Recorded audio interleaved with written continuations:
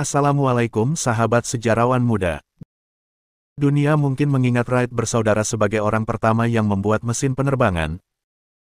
Tetapi Abbas Ibnu Firnas adalah ilmuwan yang kurang dikenal yang pertama kali mendokumentasikan ide tersebut dalam bukunya dan menginspirasi orang lain untuk meneliti subjek aeronautika.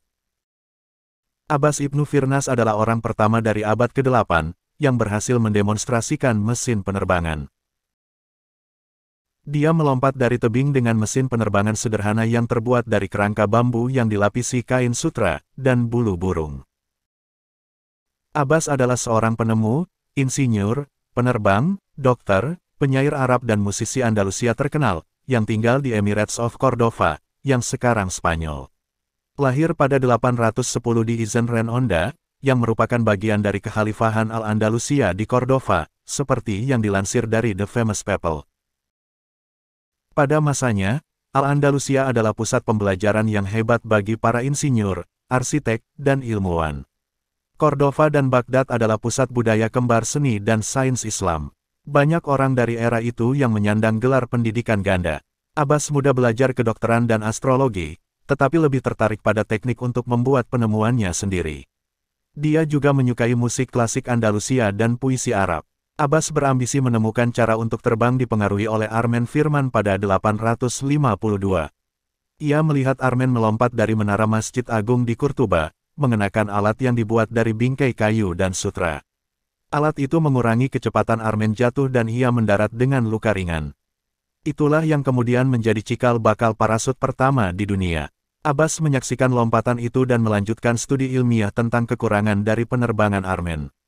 Pada 23 tahun kemudian, pada 875, Abbas membuat mesin penerbangannya sendiri dari kerangka bambu, yang dilapisi kain sutra, yang dijahit dengan bulu elang asli.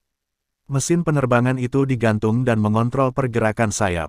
Ia membutuhkan waktu lama untuk menyelesaikan studinya tentang avionik dan memuaskan dirinya atas keandalan mesinnya. Akhirnya pada usia 70 tahun, dia memutuskan untuk melompat dari tebing di perbukitan Arus Jabal Al, untuk mendemonstrasikan penemuannya. Dia mengundang hadirin untuk menyaksikan demonstrasi penemuannya tersebut dan memberitahu mereka bahwa jika penemuannya berhasil, dia akan langsung memberitahu mereka tentang hal itu. Dia menyelesaikan penerbangan hampir 10 menit dengan mengepakkan sayapnya ke atas dan ke bawah. Sayangnya, dia tidak berhasil mendarat dan menghantam tanah dengan kekuatan yang menyebabkan cedera serius di punggungnya.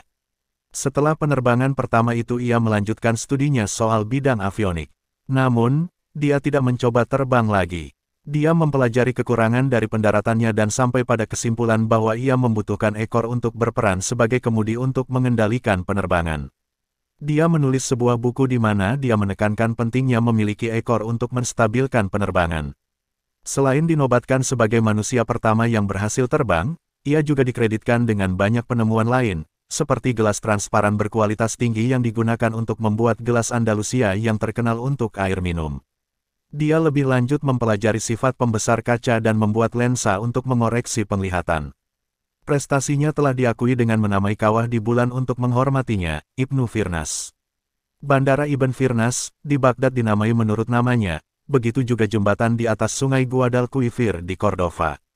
Sekian dan terima kasih. Apabila terdapat kesalahan, saya mohon maaf, dan komen di kolom komentar, jangan lupa like dan subscribe. Wassalamualaikum warahmatullahi wabarakatuh.